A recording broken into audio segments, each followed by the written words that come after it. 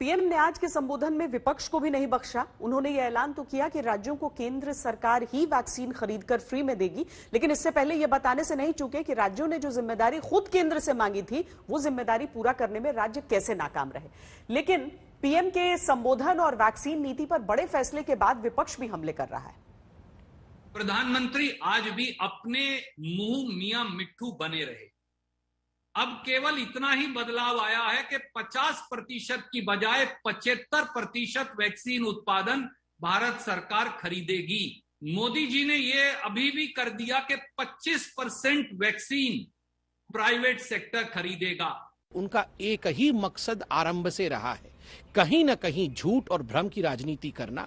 और बड़े दुख के साथ हमें कहना पड़ रहा है, जब भी देश में अच्छा होता है, अगर कोरोना की संख्या आज कम हो रही है, आज कहीं न कहीं हिंदुस्तान अच्छा कर रहा है, वैक्सीन सबको मुफ्त मिल रहे हैं, उसमें भी कांग्रेस पार्टी को परेशानी हो रही है क्योंकि उनकी राजनीतिक दुकान बंद हो रही है। अंततः सुप्रीम कोर्ट की डांट खाने के बाद केंद्र सरकार होश में आई है, अपनी कुंभकर्णी निद्रा से जागी है और फाइनली केंद्र सरकार ने सुप्रीम कोर्ट की डांट खाने के बाद अब ये कदम उठाया है। इस कदम का स्वागत है।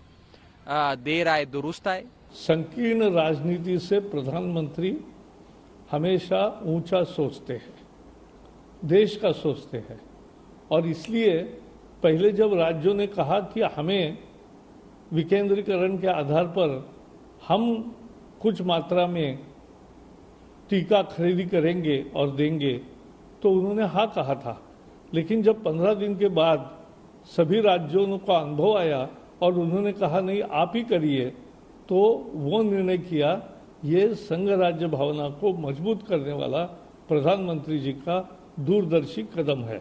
जो अब 25% प्राइवेट सेक्टर के लिए उपलब्ध करा दिया, ये नागरिक जाने अगर वो प्राइवेट में लगाना चाहते हैं तो एक अलग व्यवस्था उनने कंपनियों के लिए कर दी है कि वहां से खरीदो महंगा, और जो महंगा लगाना चाहें निजी संस्थाओं में वो लगा लें। लेकिन ये भी मेरे हिसाब से कम होना चाहिए। देश में इतने भी अमीर नहीं हैं जिनको 25% में खरीद के लगाना पड़े। मैक्सिमम ये होना चाहिए 10%। हम सब आभारी हैं आदरणीय प्रधानमंत्री जी के कि उन्होंने आज राज्यों की इस समस्या का समाधान भी किया है और 18 से ऊपर के प्रत्येक नागरिक को मुफ्त में वैक्सीन की घोषणा करके 21 जून से इसे देश के अंदर लागू करने के लिए आज पूरे देश को प्रधानमंत्री जी ने आश्वस्त किया है। जिस तरह से राज्यों को वैक्सीन नहीं दिया जा रहा था, राज्य लगातार कह रहे थे कि पैसे ले लो, वैक्सीन दे दो, दे नहीं पाए। और सबसे बड़ा सवाल सुप्रीम कोर्ट ने खड़ा किया कि आपने 35,000 करोड़ रुपए केंद्रीय बजट में पार्लियामेंट से मंजूरी ली, तो पैसे कितने खर्च हुए? वैक्सीन की कीमत राज्यों की और केंद्र सरकार की अलग क्यों है? केंद्र सरकार क्यों नहीं ये कर सकती? जिस तरह से आपत्ति जताई गई, केंद्र सरकार को एफिडेविट सादर करने के लिए कहा गया, उसी को लेके प्रधानमंत्री जी ने निर्णय लिया है। तो राज्य सरकारें जिनमें विपक्ष की सरकार है, वो केवल और केवल राजनीति कर रही थी, वो आपदा में राजनीति का अवसर ढूंढ रही थी।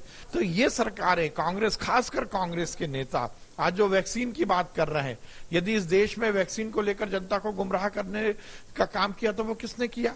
कांग्रेस के नेताओं ने किया।